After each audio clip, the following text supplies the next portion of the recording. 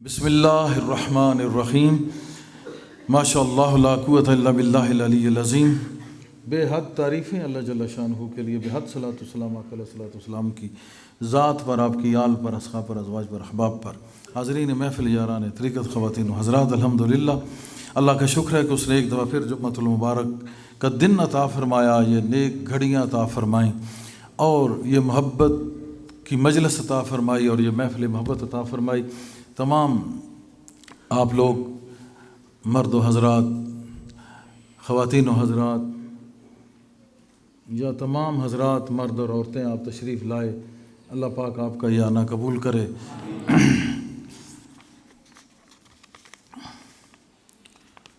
ہم درس تصوف اور سلسلہ مثنوی شریف، اس میں ہم بیان کر رہے تھے، کیونکہ یہاں آنے کا مقصد تصوف ہے اور تصوف کا مقصد اسلام ہے اور اسلام کا مقصد محبت ہے، تو اگر اس کا نچوڑ نکالیں تو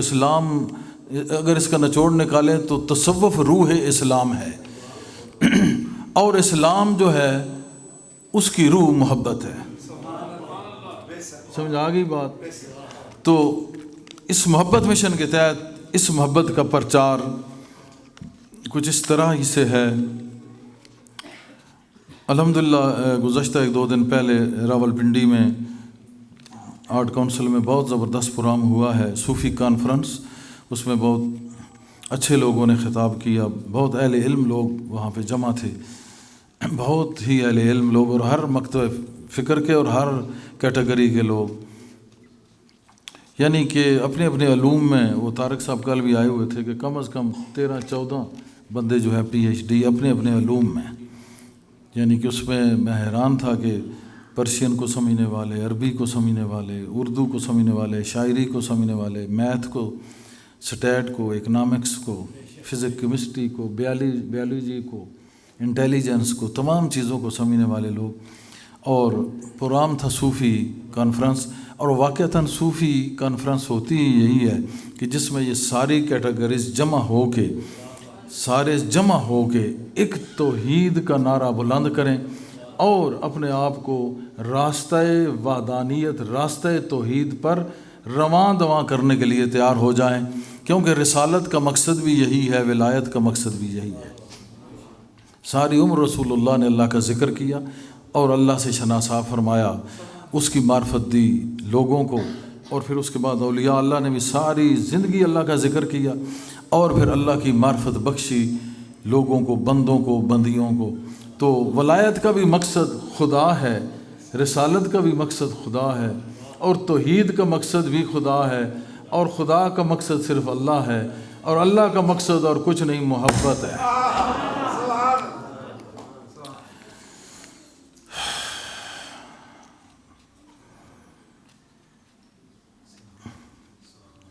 انما العسر یسرا فانما العسر یسرا۔ محبوب کو کیسی تسلیاں دے رہا ہے۔ موضوع ادھر ادھر نہ ہو، یہ تصوف قرآن میں بیان کرتا ہوں ہمیشہ، اور علم نشرح بھی ایک تصوف کا پیکر ہے، پیکٹ آف اسپرچویلٹی۔ سب سے پہلے شروع کیا علم نشرح لک صدرک، یعنی جس نے کھولا وہ بتا رہا ہے، جس کا کھلا اس کو پتہ کوئی نہیں کہ ہم نے آپ کا سینہ کھولا۔ اس سے شرح صدر بھی لیتے ہیں ہمارے اہل سنت کے قریب، اور ایسے ہے بھی، یہ اولیاء اللہ کے ساتھ بھی ایسا معاملات ہوتے رہے ہیں، لیکن ان کی بات ہے جن کے گھر کی بات ہے، باہر سے آنے والے پڑھ کے بتا سکتے ہیں، گھر والے جو ہے وہ دیکھ کر بتاتے ہیں۔ وہ تو اپنی جگہ پہ بجا کہ شرح صدر ہوا، مگر اس کا معنی بہت عجیب و غریب ہے کہ اتنا سینہ کھول دیا جتنی اس کی مرضی تھی، اس کی مرضی کی انتہا ہی کوئی نہیں، اتنا قلب اطہر مصطفیٰ کی بھی انتہا ہی کوئی نہیں، جتنا سینہ کھولنے سے مراد کہ ہر قسم کا علم اور اس کا راز اور اس کے تمام رموز، اسرار اس کے اندر جمع کر کے رکھ دیے، کہا علم نشرح لک صدرک ووضعنا عنک وزرک الذی انقض ظہرک۔ اور یہ تمام جو بوجھ ہے اپنے اس بشریت کا، رہنا لبادہ بشر میں، یہ جو بوجھ ہے، یہ سارا کچھ جو نظر آتا ہے یہ اور ہے، یہ بوجھ ہے، اس کے اندر علم نشرح کا نور جمع ہے، وہ نور وحدانیت و توحید ہے ٹوٹلی۔ اور اسی کا پیکر جو ہے وہ رسالت بنا، یعنی بشریت و توحید کا نور جب جمع ہوا تو بشریت کے اعلیٰ مقام پہ فائز ہو گیا۔ اللہم صلی علی محمد وعلی آل محمد۔ اس طریقے سے جب میں کہتا ہوں کہ خدا کا مقصد محبت، اسی طرح کیا ہم نے نہیں سینہ کھولا؟ اب اس میں سوال پیدا ہوتا ہے کہ کیوں کھولا، کس کے لیے کھولا، اس کی مقصدیت کیا ہے؟ تو رب کی کوئی مقصدیت نہیں، اس کی مقصدیت محمد ہے۔ تو جب یہ اس کے پاس تھے، یہ کہتے ہیں موجود نہیں تھے، ہم مان لیتے ہیں اس کے علم میں تھے، تو اور زیادہ اس کے ضمیر میں تھے یا اس کے باطن میں تھے۔ والباطن جو تھا وہ خدا تھا، اور باطن کا باطن محمد تھا۔ تو جب وجود نہیں تھا پہلے، تو پھر بھی آپ موجود تھے۔ تو اس وقت علم نشرح کس کو کہہ رہا تھا، کس کا سینہ کھول رہا تھا؟ وہاں کوئی اور نہیں تھا، وہ تو خود خدا تھا۔ اے جابر، اپنے نور سے اللہ نے اپنا ایک نور جدا کیا۔ اشرف علی تھانی صاحب بھی اس کو لکھ گئے ہیں۔ ہمارے علماء جو صحیح حلال اور حق پہ چلنے والے ہیں وہ بھی مانتے ہیں۔ باقی جو ارد گرد سے نئے آ گئے ہیں وہ کہتے ہیں یہ ضعیف ہے، یہ کمزور ہے، یہ وہ۔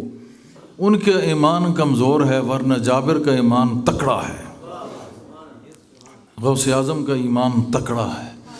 اس نے کہا یہ انسان میرا راز، میں اس کا راز۔ اللہ اس کو یوں کہہ رہا ہے، تو کیا محمد عربی راز نہیں ہے؟ اس راز سے پردہ کب اٹھے گا؟ جب حشر میں مقام محمود پہ فائز ہوں گے، اس دن اس راز محمدی سے جب پردہ اٹھے گا تو وہ جھلک جو ہے توحید کی ان کے ماتھے اور قلب سے ظاہر ہوگی۔ اس وقت یہ بہت پریشان ہوگا، غمگین ہوگا، غمناک ہوگا۔ اس وقت اس کا علاج کوئی نہیں ہوگا۔ آج علاج ہے کہ لے آج ان کی پناہ، آج مدد مانگ ان سے، کل نہ مانیں گے اگر معاشر میں مان گیا۔ آج آجا اس در اقدس پہ اپنا ماتھا ٹیک کے اپنے دل کو روشن کر لے۔ نہ جا در در نہ ہو دھر دھر، ہر در پہ تو لپک رہا ہے۔ وہاں تعظیم شرک بھی نہیں ہے، ادب شرک بھی نہیں ہے۔ ہاں جی، اب میں نام نہیں لوں گا، جو بھی آ رہے ہیں باؤنڈری پار سے، تو یہاں آتے ہیں بڑے اعتبار سے، اور یہ بڑا ان کو ڈیل کرتے ہیں پیار سے۔ اور اگر محمد عربی کی نالین کو چوم لیا جائے تو سرک ہے، تیرا ایمان سرک گیا ہے۔ اگر ایمان ہوتا تو پھر حضرت عروہ بن زبیر سے پوچھتا کہ جب وہ آئے تھے تو صحابہ کیا کر رہے تھے حضور کے ساتھ؟ علماء بیٹھے ہیں کہ آپ کے بال مبارک، منہ مبارک کہتے ہیں عربی میں، منہ کہتے ہیں، ہم بال کہتے ہیں، کوئی اس میں حرج نہیں ہے۔ کچھ ہمارے ایسے علماء کہتے ہیں اس پہ فتویٰ آ گیا، آپ نے منہ نہیں کہا، تو یہ عربی کا یا فارسی کا لفظ ہے۔ ہم تو ان کو کہیں گے کہ نور مبارک، اور ہم تو کہیں گے کہ وہ سید مبارک ہے، وہ بال بھی سید ہے، کیونکہ سید کی ہر چیز سید ہی ہوتی ہے۔ ناخن مبارک، آب دہن مبارک۔ ایک وہاں پہ کنواں ہے، آج بھی وہاں وہ پانی پیتے ہیں، تو وہ پانی ٹھیک نہیں تھا، تو آقا علیہ السلام نے آب دہن مبارک اس میں پھینک دیا۔ نام بیر روحا کئی دفعہ گئے ہیں، بس یاد منہ سے نکل گیا۔ وہ پانی بھی پیتے ہیں، گردوں والی کی تو اسپیشلسٹ ہے وہ، تو وہ پانی اس کا ٹھیک ہو گیا، جو بھی صحابہ پیتے تھے وہ ٹھیک ہو جاتے تھے۔ تو اگر ان کی میں یہ کہہ رہا تھا کہ یہ ادب ہے، یہ ادب ہے، یہ شرک نہیں ہے۔ تعظیم اور ادب شرک نہیں۔ اعلیٰ حضرت نے کہا کہ جس مذہب میں شرک ٹھہرے تعظیم رسول، ایسے مذہب پہ لعنت کیجئے۔ بھائی ہمارا مذہب جو ہے اسلام، اور ہمارا مذہب اہل سنت یا جو بھی ہم دین کے پیروکار ہیں، ابو حنیفہ کے ملت ابراہیم میں، اور فقہ حنفیہ میں، اور فقہ شافعیہ، انابلہ اور حنبلی اور مالکی، جتنے بھی اہل سنت ہیں یا جو بھی صحیح مسلمان ہیں، ان کے قریب ادب تعظیم شرک نہیں، ادب تعظیم عین ایمان کا حصہ ہے۔ لا ترفعوا اصواتکم فوق صوت النبی، اگر نبی کی آواز کا یہ عالم ہے کہ اس سے آواز اونچی ہوگی تو سارے اعمال دفع ہو جائیں گے، جہنم رسید ہو جاؤ گے۔ صحابہ کو کہہ رہے ہیں تو کسی باقی چیز ہی کچھ نہیں۔ آج کا لومبڑ کیا سمجھے، تو کسی باقی چیز نہیں ہے۔ تعظیم کرنا یہ اللہ نے سکھایا، صرف آواز کی تعظیم سے اعمال عقارت چلے جاتے ہیں، تو وہ وجود مسعود، وہ وجود پر نور، وہ وجود خاص، وہ وجود علم، وہ وجود حقانیت، وہ وجود وحدانیت سے لبریز، وہ وجود نور وحدت میں غرق، وہ ذات مصطفیٰ کے ذات میں چھپی ذات خدا، اس کی اگر کوئی تعظیم نہ کرے گا تو جہنم سے بھی کوئی گہری چیز میں وہ پھینکنے کے قابل ہے۔ لا ترفعوا اصواتکم فوق صوت النبی، اگر نبی کی آواز سے اوپر گیا تو بیڑا غرق ہو گیا، تو باقی ذات تو پیچھے ہے، یہ آواز ہے۔ اب میں بول رہا ہوں نا، میری آواز ہے، میں نہیں ہوں، میری آواز آپ تک جا رہی ہے نا، میں تو وہاں نہیں جا رہا باہر، آپ کے کانوں میں، وہاں سے ہوتا ہوا دماغ میں، دل میں، یہ آواز جا رہی ہے۔ تو حضور کی آواز کی بھی بے ادبی اگر اعمال کو تباہ کرتی ہے تو حضور کی ذات کی بے ادبی بدرجہ اولا جہنم رسید کر کے چھوڑتی ہے۔ تبت یدا ابی لہب وتب، اس لیے تو آیا۔ تو میں یہ کہہ رہا تھا کہ اگر ادب ختم ہو گیا تو ادب پہلا کرینہ ہے محبت کے کرینے میں، رزلٹ یہ نکلا لا ترفعوا اصواتکم کا کہ ادب کرو۔ ادب کیا؟ یہ تو محبت میں سے ایک شاخ ہے، ایک شاخ ہے، پوری محبت جمع کی تو محمد بن گیا، وہ محمد خود ہے صلی اللہ علیہ وآلہ وصحبہ وبارک وسلم۔ تو اس ادب نے محبت کا درس دیا، اور محبت کے درس کے لیے آج جمع، اور اس میں مثنوی مولانا روم، سلام ہو مولانا روم پہ کہ جس نے قرآن و سنت کا نچوڑ نکال کے کہتا ہے ہڈیاں کتوں کے آگے پھینک آیا ہوں۔ کیوں ایسے کہا؟ یہ سارے ان چیزوں کا یہ نچوڑ محبت ہے، اور محبت کا معنی حضور کی قدیم ذات، اللہ کے بعد از خدا بزرگ توئی قصہ مختصر، تو یہ سارے کچھ انہی کے مرہون منت۔ تو میں یہ کہہ رہا تھا کہ آج کے اس بے ادبی کے دور میں اپنے آپ کو پہچانو، ایسے ذلیل شخصوں سے، بدبخت شخصوں سے دور رہو، اشخاص سے، اور اپنے ایمان کی حفاظت کرو، اپنے بچوں کی تربیت کرو کہ ہم اللہ اور رسول کو ماننے والے اور رسول اللہ کا ادب کرنے والے ہیں۔ آپ کے جو دوست ہیں ان کے اولیاء اللہ کے جو دوست ہیں وہ رسول اللہ کے بھی دوست ہیں، وہ خادم ہیں رسول اللہ کے، یعنی حضور کے خادم بنتے ہیں، اللہ کے دوست بنتے ہیں۔ یہاں معاملہ الٹا قرآن سے ثابت ہے، فاتبعونی یحببکم اللہ، خدمت رسول اللہ کی، محبت اللہ کی۔ کتنی شان ہے میرے آقا کی کہ ادھر ہم خادم بنتے ہیں اور اللہ سے محبت مل جاتی ہے، یعنی حضور کے خادم بن گئے، اللہ ہمارا عاشق ہو گیا، ہمیں کچھ کرنا نہیں پڑا، ہمیں ایک ہی کرنا پڑا کہ خدمت مصطفیٰ میں جھک جانا پڑا۔ تو سارے کا سارا نچوڑ پھر آ جا کے محبت میں، اور وہ ساری محبت محمد میں۔ اس طرح خود بھی بچو اور اپنے بچوں کو بچاؤ، اپنی گلی محلہ ہمسایہ ان سب کو یہی تعلیم دو کہ ادب مصطفیٰ میں ایمان ہے، بے ادب کے لیے بہت گندا جہان ہے۔ اللہ پاک مجھے اور میری نسلوں کو اور آپ کی نسلوں کو بے ادبی مصطفیٰ سے دور رکھے، بچائے، اور ایمان پہ رکھے، ایمان سے لے جائے۔ یہ وقت اتنا نازک ہے کہ سر عام حضور صلی اللہ علیہ وسلم کو عام بندے کی طرح مخاطب کیا جا رہا ہے، عام بندے جتنا ادب، اس سے بھی بلکہ میں تو حیران ہوتا ہوں کہ ایسے لعین پیدا ہو گئے ہیں کہ ادب والی بات ہی ختم ہو گئی۔ کیوں؟ ان کو اپنے باپ کا پتہ نہیں ہے۔ اگر باپ کا پتہ ہوتا تو اس کا ادب کرتے، باپ کا پتہ ہوتا تو ادب کرتے۔ چہ جائے کہ وہ سب کا جو بہت بڑا سردار ہے سیدنا و مولانا جناب محمد رسول اللہ صلی اللہ علیہ وسلم، وہ ادب کا کس مقام، کس عروج پہ آپ فائز تھے۔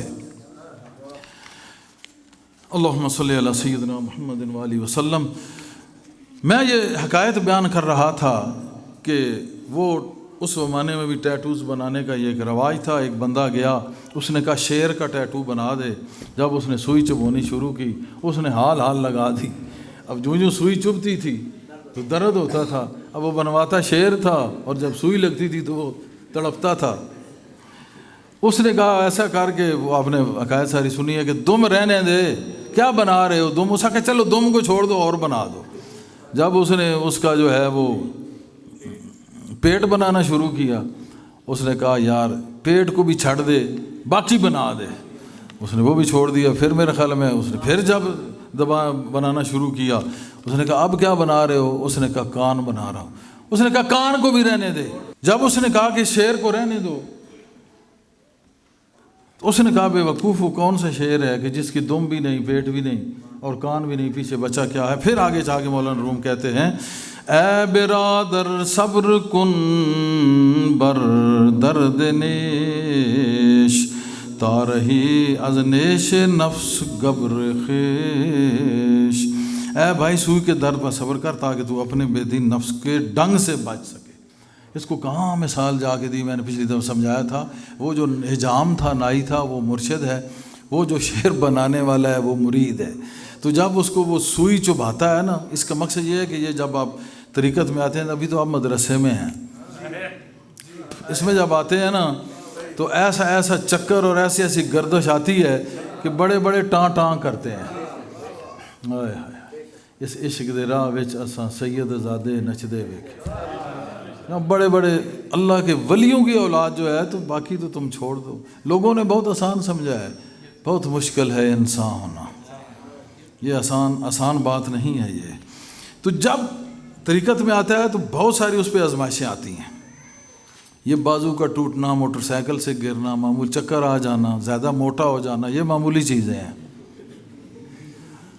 اس کے علاوہ نیند کا نہ آنا، پھر خاص کر جو دھر ہونا باہر سے، ہیں جی، تو یہ ایسے تو نہیں نا مرتا جو اتنا بڑا اٹھا کے بیٹھے ہوئے ہو، ایسے نہیں مرتا۔ اس میں جتنا تک مرشدان والا ہاتھ نہ رکھے طالب کبھی درست ہو نہیں سکتا۔ اپنی سکی اولاد کو بھی کوئی یہ نہیں دے سکتا جب تک کہ وہ اس قابل نہ ہو۔ جناب والد مکرم علیہ الرحمہ نے فرمایا تھا کہ بچے جب تک ہم چھننی سے چھان نہیں لیتے تب تک ہم دیتے نہیں ہیں۔ اور یہ بات انہوں نے بندوں میں نہیں کی، مجھے الگ بٹھا کی کہ یہ مت سمجھنا کہ پدرم سلطان بود اگر اس نقش قدم پہ رہا تو پھر اور ثانی نہیں، اگر یہ نقش قدم چھوڑ دیا پھر نہ کہنا کہ پدرم سلطان بود میرا باپ بادشاہ تھا۔ اس میں کوئی شک نہیں کہ وہ بادشاہ تھا، لیکن میں نے سوچنا ہے کہ میں نے کیا کیا، کس حد تک میں اس راستے پہ ہوں، میں نے کتنی محنت کرنی ہے، یا محنت ہی کرنی ہے یا اس کا کچھ رزلٹ بھی ہے، یا ذکر کرنا ہے تو صرف ذکر ہی کرنا ہے، یا ذکر کی کوئی حقیقت بھی ہے، کیونکہ ہر شے کی حقیقت ہے، میری حقیقت ہے، میرے ذکر کی حقیقت ہے، پھر اس کے ذکر کی حقیقت ہے، ہر ذکر کی حقیقت ہے تو پھر میری بھی حقیقت ہے۔ تو ان حقیقتوں میں اپنی حقیقت کو پھینک دینا، اس کا نام طریقت ہے۔ اسی میں ملتی معرفت ہے، معرفت مل گئی تو پھر یہی ساری دنیا اپنی ہے۔ تو ان باتوں پہ غور کیا گیا کہ جب سب دنیا اپنی ہے تو پھر اس دنیا میں کہاں ہوں؟ تو یہ کلندریت کی شانیں پھر اس سے ہٹ کے ہیں، یہ ایسے نہیں سمجھ آتی، یہ بڑی سوئیاں چب کے پھر انسان اس راستے پہ کامیاب ہوتا ہے۔ جناب کے بعد جس قدر مشکلات اور جس قدر عذابات سے پرکھا گیا، آزمایا گیا، وہ مجھے پتہ ہے کہ کتنی سختیاں، مشکل اذیتیں اور عذاب اور مشکلیں اور بیماریاں اور پھر غداریاں اور پھر دشمنداریاں اپنے عروج پہ ان تمام کو کراس کیا، پار کیا، ایک آگ کے بھٹے سے نکلا اور آج اس جگہ پر پہنچا۔ اور تاحال بھی آزمائش اور اسی ٹرائل سے زندگی گزرتی ہے، کیونکہ پھر کہیں گے کہ اس کی تکمیل کیا ہے؟ اب یہ سوال پیدا ہوتا ہے، اہل علم بیٹھے ہیں، تکمیل اس کی یہی ہے کہ حضرت ابوالحسن شاذلی علیہ الرحمہ کو میں نے دیکھا سلسلہ شازیہ کے بعد وہ کہتے ہیں کہ جو طالب حق ہے اس کی ساری زندگی قبض اور بسط کی حالت میں گزرتی ہے۔ طلباء کے لیے خاص ہے، آگے میدان عمل میں جانا ہے، یہ بات ذہن سے رکھو، ذرا سے کوئی اوئے کرے تو تم گھر چھوڑ دو، نہیں، وہاں پہ مرنا اس کو سعادت سمجھنا ہے، وہ مرنا تمہارا زندہ ہو جانا ہے۔ یہ اصل جہاد ہے، اصل جہاد یہ ہے، اور اسی کا حکم ہے۔ اس جہاد کے بعد اس جہاد کا حکم ہے، وہ جہاد کر لیا، یہ چیز نہ ملی تو ایک مقام، یہ مل گئی تو مقام کی تکمیل ہو گئی۔ تو میں کیا کہہ رہا تھا؟ کہ ساری زندگی ایک قبض اور بسط میں گزرتی ہے. یہ ابو الحسن شاذلی نے کہا یہی حال فقیر کا ہے کہ کبھی قبض میں کبھی بسط میں، نہ دن کو سکھ نہ رات کو چین، بس ہر وقت اسی کی طلب، اسی کی تڑپ. اور علم کے دروازے کھلتے دیکھے ہیں لیکن یہاں آ کے اس کی غرض نہیں رہتی، کیونکہ صرف جاننا بیان کرنا اس کو کوئی افادیت صوفیاء نہیں دیتے. باقی عام لوگوں کے لیے تو بہت بڑی بات ہے نا، لیکن اہل اللہ کے قریب یہ اتنی بڑی بات نہیں ہے، یہ اتنی بڑی بات نہیں. اصل بات یہ ہے کہ علم ہو، بیان ہو، سب کچھ ہو، لیکن اگر دھیان نہ ہو تو پھر وہ کر کیا رہا ہے؟ ایک خالی پن ہے. پڑھا لکھا، پھر پڑھا لکھا، ایک کتاب پڑھی جس سرے سے ختم ہوئی، پھر شروع کر دی، ساری عمر اسی کو پڑھتا رہا جب تک اس کا نچوڑ حاصل نہ ہوا، نچوڑ نتیجہ کہ اس کا عمل نہ ملا. اور صرف عمل بھی کوئی چیز نہیں ہے، عمل کے نتیجتاً اس کی رحمت اس پہ نازل ہو گئی تو پھر پڑھائی کام کر گئی.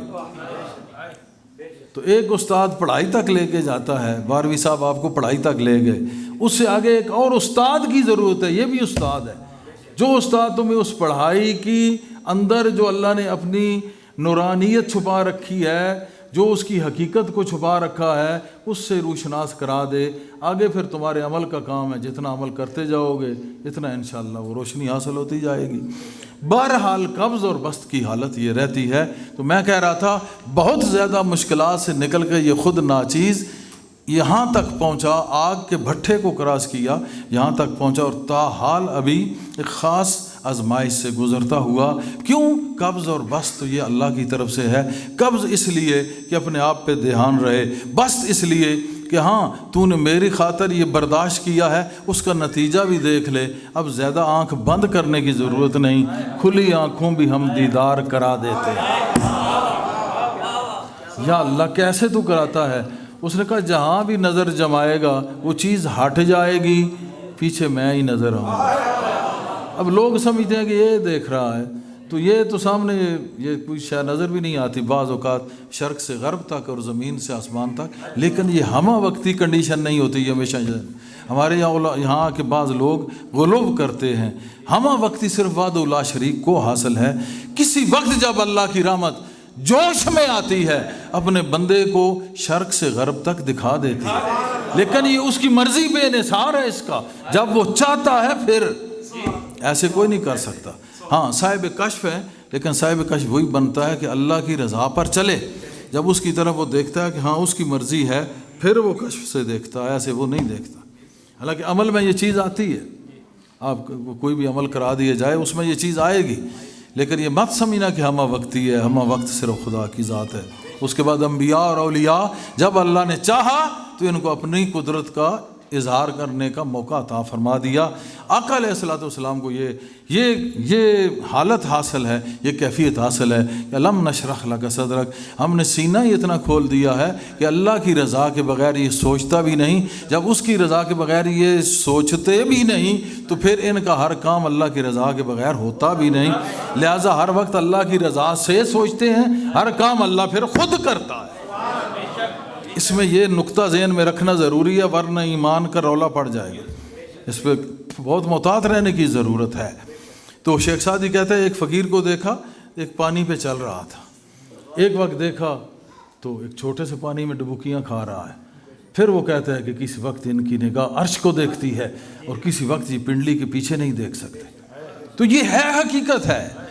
اب ایک غلوب کر جانا نہیں، ہر وقت ہی بس یہ مدینے میں ہوتے ہیں جی. مدینے والے اتنے فارغ نہیں کہ وہ ایک ملنگ کو ہی دیکھتے رہیں، انہوں نے کائنات کو دیکھنا ہے.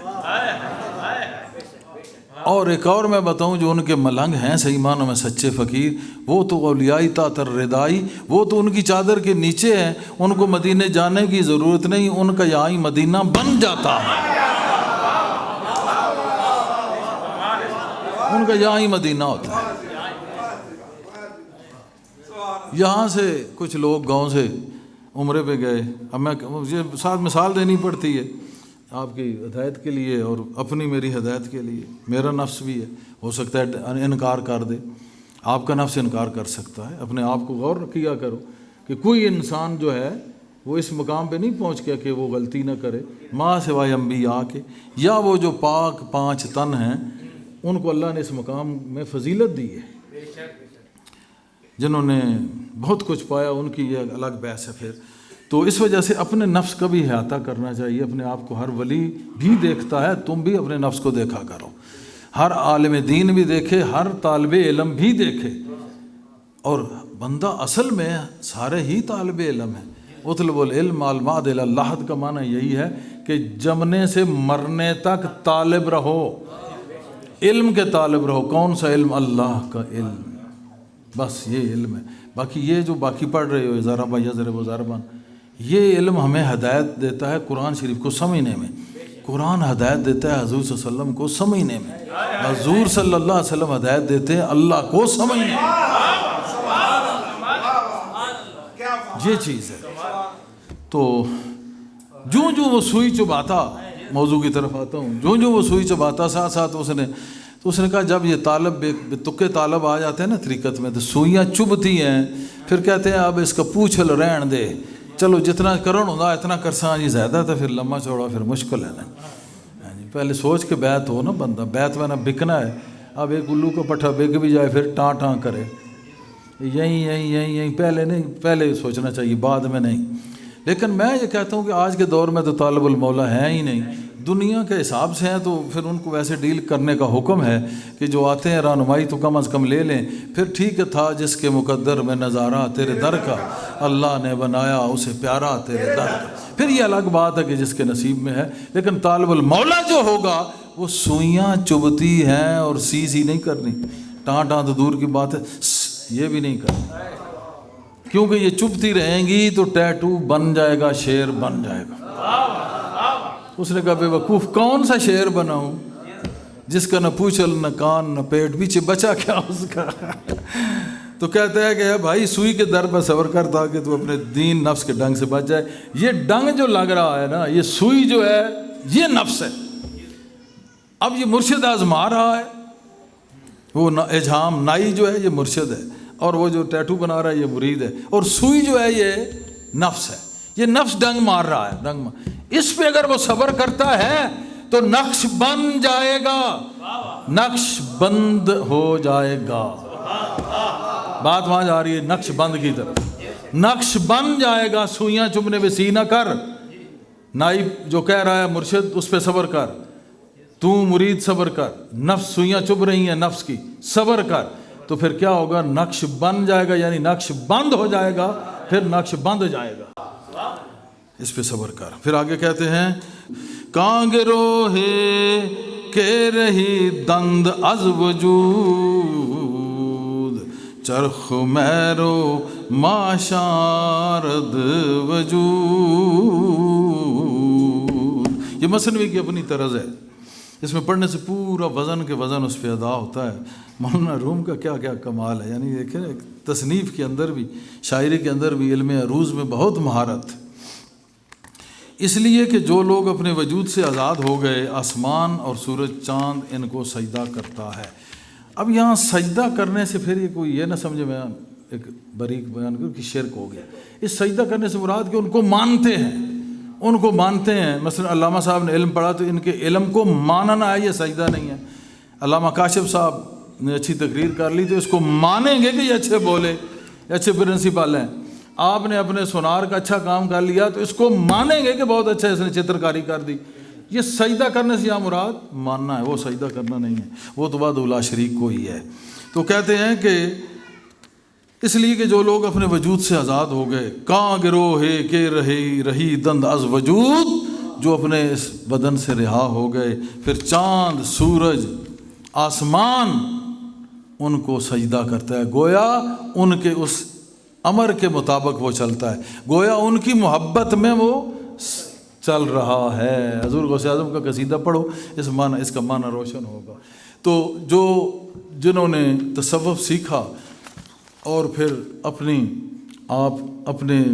جنہوں نے تصوف سیکھا، مرشد کے وجود تک پہنچے، وہاں سے ایک خاص حد کراس کی، اور اس میں جب دیکھا تو سورج چاند ستارے اصل میں ان کا وجود ہی کوئی نہیں، یہ جو کچھ ہے اللہ کی تخلیق ہے، اور تخلیق کیا ہے؟ جوں جوں وہ چاہتا رہا یہ بنتی گئی، یعنی مشیت ایزدی ہی سورج، مشیت ایزدی ہی چاند، مشیت ایزدی آسمان و زمین۔ تو مشیت کیا ہے؟ اس کی چاہت، تو چاہت کے اندر کون ہے؟ وہ خود ہے۔ بات سمجھ نہیں، باریک مقصد میں پتہ نہیں سر کھپا رہا ہوں میں یہ وحدت کے مسائل۔ وہ کہتا ہے نہ با یزید نہ شبلی نہ اب جنید کوئی، نہ وہ آہیں نہ وہ سوز نہ وہ ہاؤ ہو خانے۔ اب کس کو یہ بندہ بیان سنائے؟ کاش کہ آج یہاں حضرت موجود ہوتے اور مصنوعی کے در سے بندہ ناچیز دے رہا ہوتا، پھر مزہ آ جاتا کہ اب اس شعر کے اندر میں نے کیا بیان کر دیا ہے کہ آسمان زمین سورج چاند سب اس کی تخلیق کے اندر خالق کا ظہور پذیر ہونا، اس کو کہتے ہیں اس کی وحدانیت۔ اس میں اس توحید میں وہ جمع ہوا۔ تو جب تم اپنی تخلیق میں غرق ہوئے تو اندر مشیت ایزدی کو پا لیا، تو مشیت جہاں اس کی مرضی ہے وہاں وہ خود ہے، تو اگر سورج چاند ستارے میں اس کی قدرت ظاہر ہے تو اے بندہ مومن تیرے اندر بھی تو ظاہر ہے۔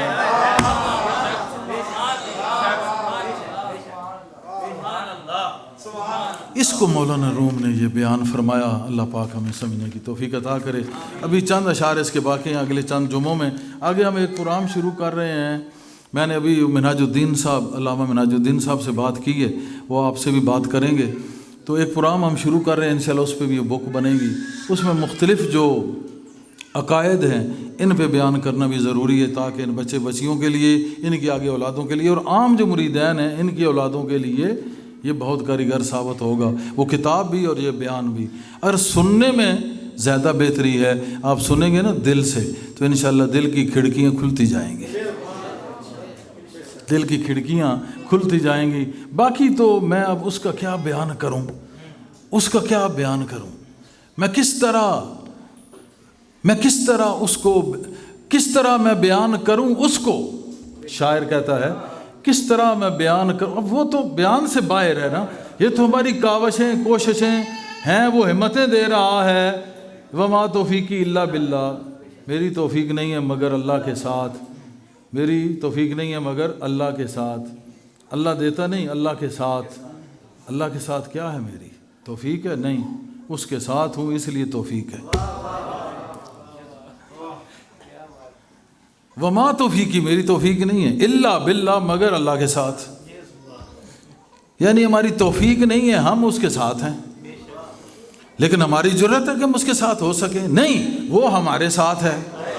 اب جب وہ ہمارے ساتھ ہے، یا ہم اس کے ساتھ ہیں، یا وہ ہے یا ہم ہیں۔ اب آپ کہیں گے کہ یہ کیا بولی بول دی؟ بات یہی ہے کہ اگر یہ ہے تو اس میں بھی وہ ہے، اگر وہ ہے تو اس میں ہم نہیں، ہماری دید اس کو دیکھ رہی ہے کہ وہی ہے، ادھر صرف وہی ہے، ادھر اگر ہم ہیں تو ہمارا کچھ نہیں۔ وما توفیقی الا باللہ، ہمارے اندر جو ہمت ہے یہ اللہ کی طرف سے ہے، ہم ہیں تو اس کی طرف سے ہیں، وہ ہے تو بذات خود موجود ہے، وہ اپنی بذات موجود ہے، ہم اس کے بالکرم موجود ہیں، وہ بذات ہے، ہم بالتوفیق ہیں، وہ بذات ہے، ہم بالتوفیق ہیں، جل شانہ۔ اللہ پاک یہ سمجھنے کی توفیق عطا کرے۔ تو میں پھر کیا اس کا بیان کروں؟ ایک شعر اس پہ ختم، میں کیا اس کا بیان کروں کہ کس طرح میں اس کو کروں بیان، کس طرح میں اس کا کروں بیان، کس طرح میں اس کا کروں بیان، کس طرح میں اس کا کروں بیان کہ اس کی خوشبو صرف اسی سے آتی ہے، اس کی خوشبو صرف اسی سے آتی ہے۔ یہ کوئی عقدہ کھولنا آسان بات نہیں۔ 1,24,000 پیغمبر، 1,24,000 کم و بیش صحابہ اور انبیاء، اور آج تک پتہ نہیں لاکھوں اولیاء اللہ، یہ اسی نقطے میں لگے ہوئے ہیں۔ یہ عقدہ کشا نہیں ہوتا، کیونکہ عقدہ کھلے کیسے گر عقدہ کشا نہ ہو۔ جب تک عقدہ کشا نہیں ہوگا اکدا کھلے گا نہیں، اس کو کوئی کھولتا ہے تو یہ کھلتا ہے، از خود آج تک کسی کا نہیں کھلا۔ اسی لیے مرشدیت کا ہونا ضروری ہے۔ اللہ پاک ہمیں سچی طلب عطا کرے اور ہم سچے طالب بنیں، اور سچا مرشد ہمیں اللہ پاک عطا کرے۔ سچا طالب، سچا مرشد جب مل جائیں تو ایسی محبت ہوتی ہے کہ اس کی مثال رہتی دنیا تک قائم ہو جاتی ہے۔ حضرت امیر خسرو نظام الدین اولیاء آپ کے سامنے، حضرت لال شہباز قلندر اور بودلہ بہار آپ کے سامنے، اور بابا عنایت قادری اور بلے شاہ یہ آپ کے سامنے، تینوں مثالیں میں نے دے دی ہیں۔ پھر یہ محبت ایک مثال بن جاتی ہے۔ کیسے سمجھاؤں میں لوگوں کو، اس کی خوشبو تو اسی سے آتی ہے۔ پیر میلی شاہ صاحب جب گزرتے تھے نا کلیام شریف سے تو کہتے تھے ٹرین کی کھڑکی کو کھول دو۔ کہا حضرت ایسے آپ کیوں کہتے ہیں؟ کہتے ہیں کلیام شریف سے مجھے خدا کی محبت کی خوشبو آتی ہے، اس کی خوشبو صرف اسی سے آتی ہے۔